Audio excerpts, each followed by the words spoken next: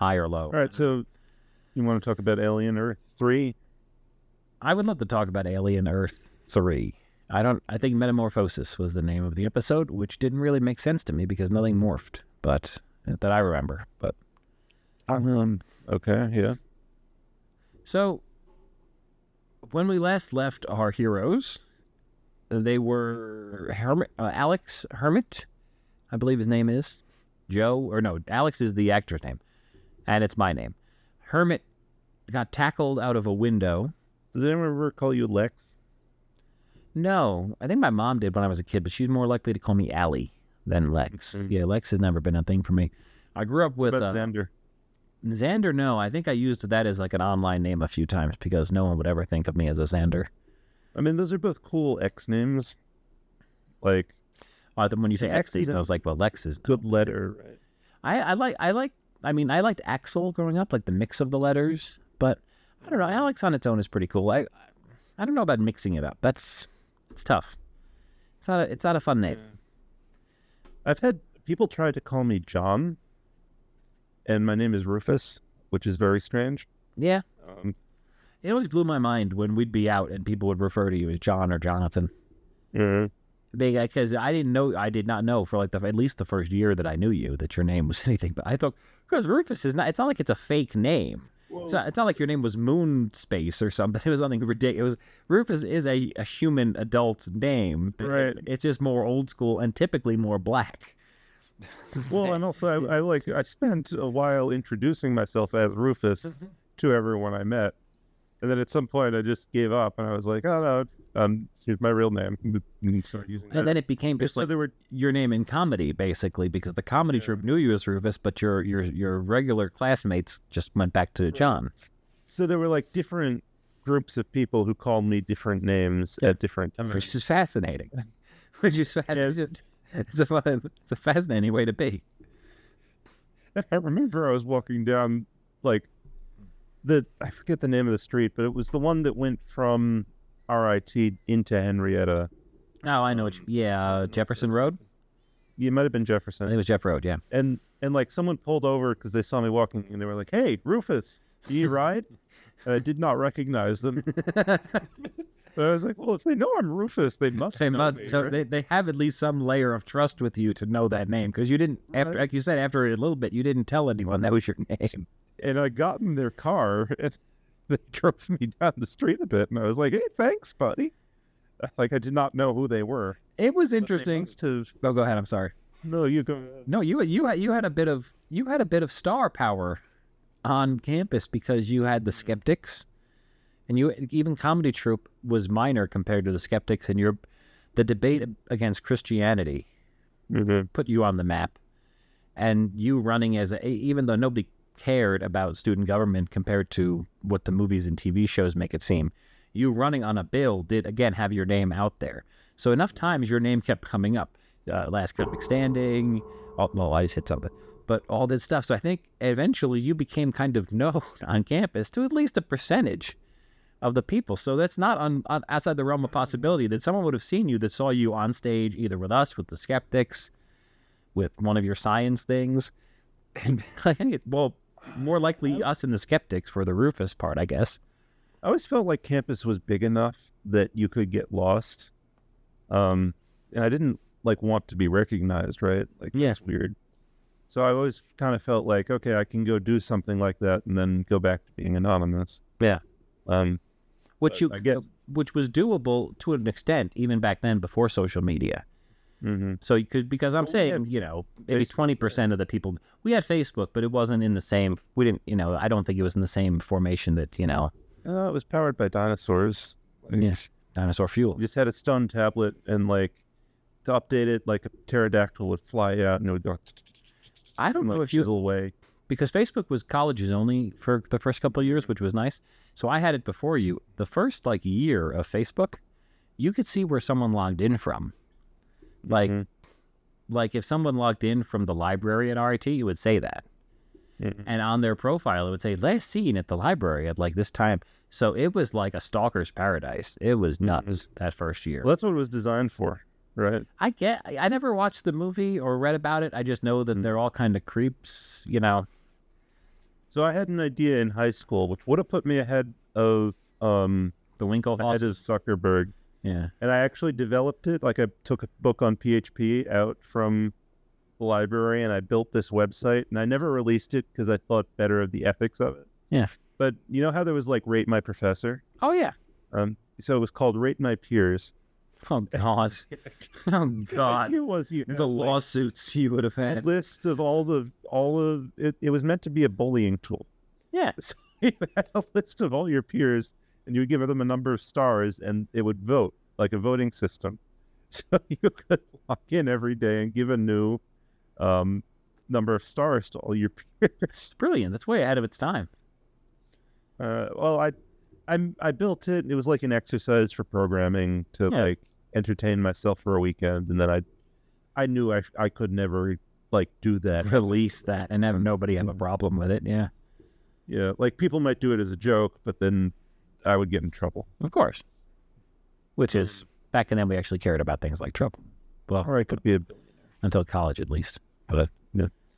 All right. So okay. So Alien Earth. Okay. So basically, sorry, we start. Okay. So I'm going to try to cover the episode as best as I can remember, because again, unfortunately, it jumps around and it's like 5 different storylines at once. It seems, even though it's not, it just seems that way. So when we left them, When we last left brother, our intrepid heroes, he got knocked down by the alien. he got tackled out of a window Mm-hmm. to the same point that it broke the android's leg. So, but she runs down and she takes off after him. She leaves.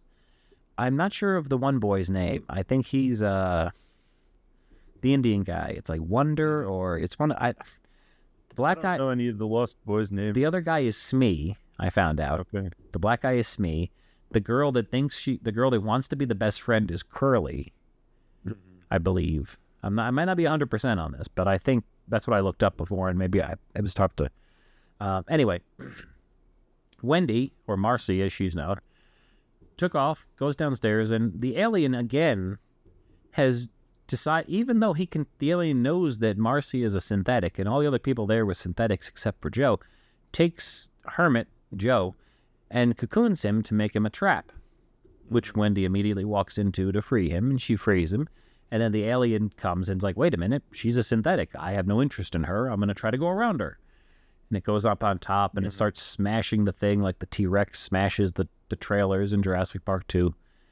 And, so then Marcy goes and she fights the damn thing and beheads it, but it also hurts her, but we can't tell how it hurts her. She's just bleeding milk. So, go ahead. There's the thing where she like stabs up through the metal.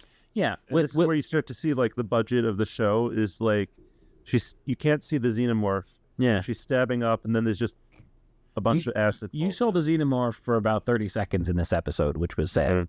But I know they have to budget, but it was not a lot, because it came through, they looked at them, then it immediately disappeared. And we were saying last week, did her little guillotine knife disappear? No, she actually still had it, apparently. She uses it to cut through. It's still in one piece, even though having the acid on it. And then later she uses the same thing to cut the head off, and that's when it finally starts to melt. So I don't know what metal that was, but it was crazy. Paper cutter. I guess. Metal.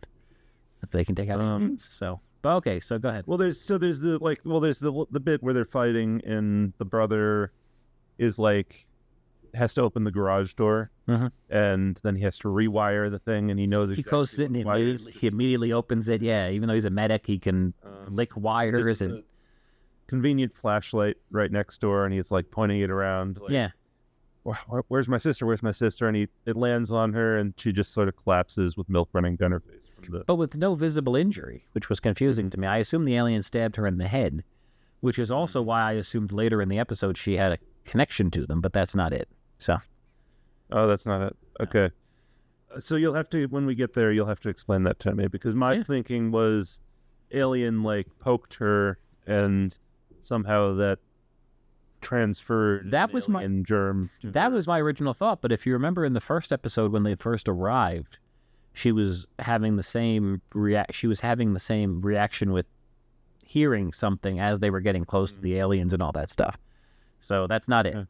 At least as far as I've been telling in some other ways. Well, let's just get to it now. That was the other idea I had. I was like, well, how did Boy Cavalier, the genius. Okay, right. Yeah. How did he create these synthetic bodies? Did he somehow have the xenomorph or some version of the black goo beforehand? Is this because the aliens have always been called biomechanical? So it's almost like they, and in the video games and stuff, they've always been shown as coming up on a electro, like they don't show up on infrared, but they show up on electromagnetic scans and stuff like that. So I was thinking it was something along those lines, but no, it's not that. In the first episode, right before all the action starts, or right as the action starts, there's the plane, the thing crash lands.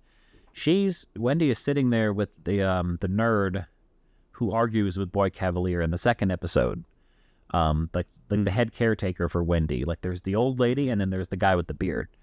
She's sitting there testing sounds, and he's testing her, and he says she's hearing frequencies that the human ear can't. Like she's hearing frequencies that are higher than the human ear can process, or whatever.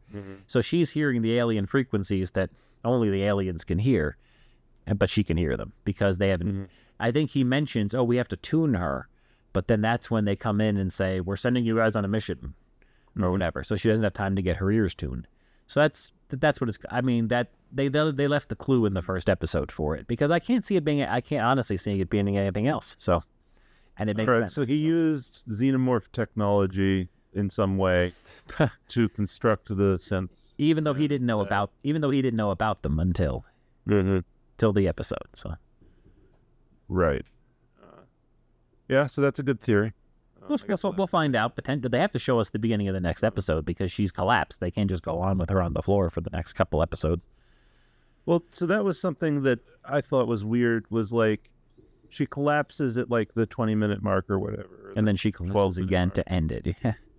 Yeah, and then most of the episode she's in a coma or shut off or whatever. And then she wakes up, and then the cliffhanger is she collapses the second time. It's which poor writing. Yeah. It's not a strong cliffhanger to have something that already happened once in the episode happen. It's definitely not as exciting because she just woke up, and it's like there's no real gain. She could have just stayed asleep. Right. Or waking up just to hear a noise.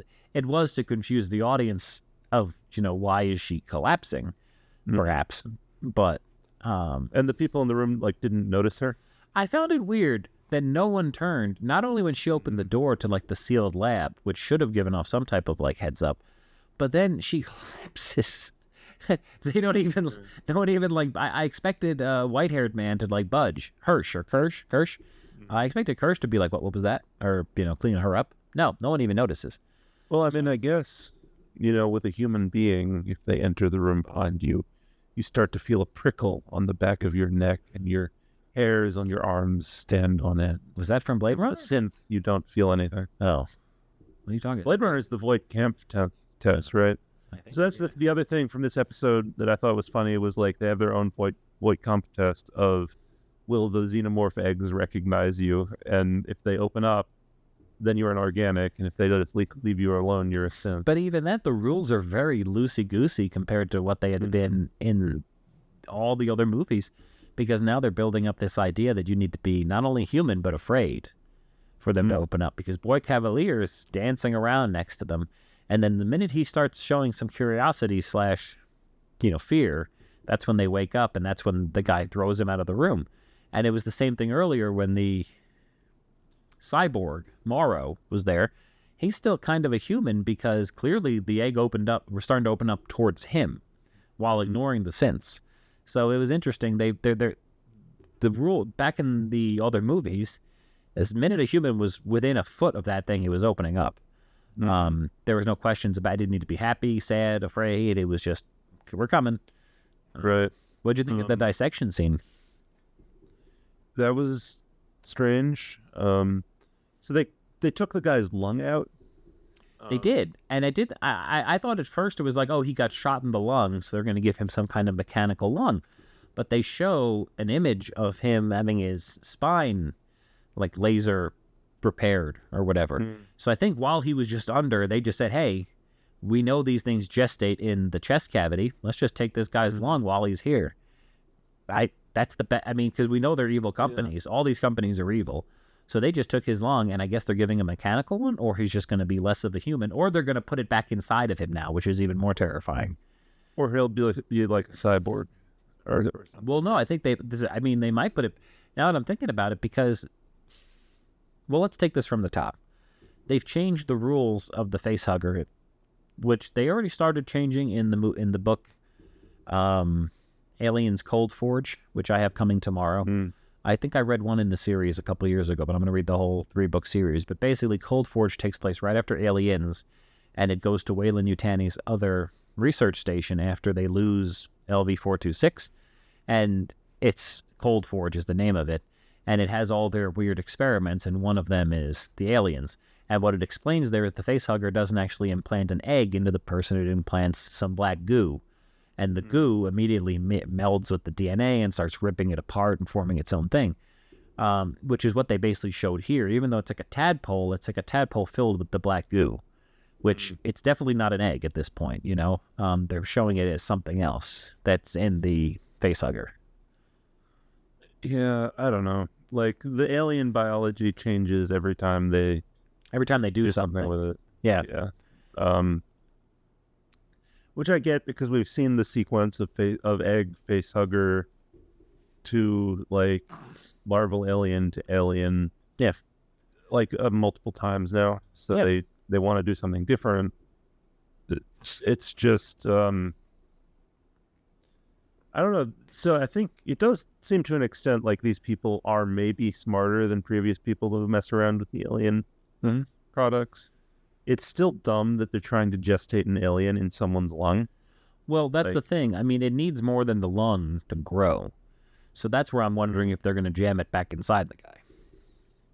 Yeah, well, you would think they'd be like, well, this guy is Wendy's brother. We want to keep him around because she has a big attachment to him. Is attached to him, right? But if he dies in surgery repairing his spine, then it's like, that's that. So they can always cover it up. But yeah, but if they're like put a xenomorph in him and he explodes out of his chest, then she'll figure it out once he wakes up, and like she's still the favorite, right? Oh yeah. So that was another thing that was like a little bit creepy. Much was like the Peter Pan guy, Boy Cavalier, talking to that child, the girl who was like the girl who wants to be the favorite. Yeah, and he was being like, well, you know what makes a prodigy, a child prodigy, a prodigy? Age, or whatever. The fact that they're a child. And it was almost kind of like a pedo. Yeah, a little pervy. Yeah. This is uncomfortable. It was a bit. I mean, it was not my favorite scene. I did feel uncomfortable when he started almost getting attracted to the idea that, oh, you can learn. You're interested in learning. It's like, yeah, dipshit, these are humans that you put into cyborgs. These are not just cyborgs. So, yes, they all probably want to learn in various ways. And she was like, well, you know, I have an upgraded hard drive now. I can learn faster. So I taught myself French in 2 weeks. It's like they just gave her an SSD or something. Were they really walking around with spinning drives in their heads? And every time they jumped rope, they forgot who they were for 2 weeks? Why do they know what the term hard drive is even, right? Like there would be no such thing anymore. By that point, it would be, you know, they would just call it memory or storage or something. Exactly. Yeah. Yeah. Well, there was that scene with the cyborg guy where he like puts the Christmas lights on his temples and it starts uploading the data into his brain, and he like gets all sweaty. Yeah, which I thought was it was crazy. Yeah, it was like it's like it's hard for him to do this. This is a big undertaking. I don't know. It looked intense. Yeah. Yeah. So then we had the scene with him like threatening the kids, and then he runs off and he escapes from. And this is like the big transition in this episode is you think this is setting up to be like, oh no, this is going to be like an alien movie where we're in a ship. It's claustrophobic. You're being hunted by this alien. And then it's back like, okay, we've got the alien. We're out. There was no question of like, oh, did we get all the specimens? Did one escape into the city after this crash and everything is all over the fucking place? No, we got everything and we're just flying back to the island. So again, you're in space because it's a completely isolated island. So you might as well be on a spaceship. at this point, and it's like an underground facility kind of thing also. So yeah, so this guy like calls Yutani and is like, I've been away for 60 years. And she's like, yeah, you signed up for it. And he's like, well, I'm going to get you the xenomorph. She's like, no, you're good. You did your time. He's like, no, I'm going to do it. This is my purpose now. I would be like, okay, I'm going to retire. Well, he's like, I'm going to get them. It's like, are you going to capture them or are you just going to destroy them? Like, I didn't understand. I mean, it seemed like he wanted to capture them. Yeah. And it seems like his programming is messed up at this point. Like, he still has the directive of bringing these things in and he can't stop himself from, because that was also brought up in the episode that he cannot stop his actions. He is like, when he locked that lady out in the first episode, he had no choice. It was like his body made him do it because the directive was to survive and to do this and that. So it was like he's like a passenger in his own body, which is terrifying. Mm-hmm. So I was wondering how much of it was that. Yeah, it could be that. It could be that this is legitimately like all he wants to do now. Well, or his mind is broken from having been asleep 65 years. Yeah. Waking up and your daughter's dead now, who was 5 years old when you left. Like, there's like, why did I leave? Yeah, I was like, so I know I read the fine print, but it never said 65 years, you know. I thought she'd be 30. Yeah, I was like, I figured I'd miss the hard stuff and the diapers and shit. And I'd get to play with her when she was an adult making money. Mm-hmm. Yeah, so there's some weirdness there. I thought Yutani, it was strange that she was being nice to him. Yeah. Like, you would have thought, like, his security code still works 65 years later. Yeah. To call her, but she's being like, no, it's okay, we can do this. Yeah. He's like, no, I'm going to do it. Like, well, at that point, I mean, he's downloaded all the information from the ship, so he should have the most up-to-date stuff that the ship has, at least. So he probably has all that stuff, you know. But I get what you're saying. It's weird that his technology still works and he can connect to something from 60, because you can't connect to a computer from 20 years ago right now with a USB. Not easily. Yeah, or 30 years ago, you can't at all. Like, you have to get special items and stuff and hope it turns on. So 65 years. You get like a 5.5-inch floppy or whatever, 5 1/4, 3. Bunch of adapters and shit. Yeah, just fuck that. Serial cables, null modem cables, whatever. I don't miss those days. Oh, but what I'm saying is, I thought Yutani was out of character a little bit because or at least from what we would expect. I figured she'd be much more direct. CEO of like the biggest, evilest corporation, right? Much more forceful, much more like, no, you are not going to do that. We are going to bring you in, right? Like, she wouldn't have taken his shit on the phone. Much more of like the cackling evil, like. Yeah, I'm not even cackling. I just took her as like someone who's like, no, like just would never even waste breath on someone, like even like an android they made. Like Weyland Yutani just kills everybody whoever they need to get to their goal. So for him, she would be like, if she had a button to shut him off, the Yutani I know would have just pressed it right then and there.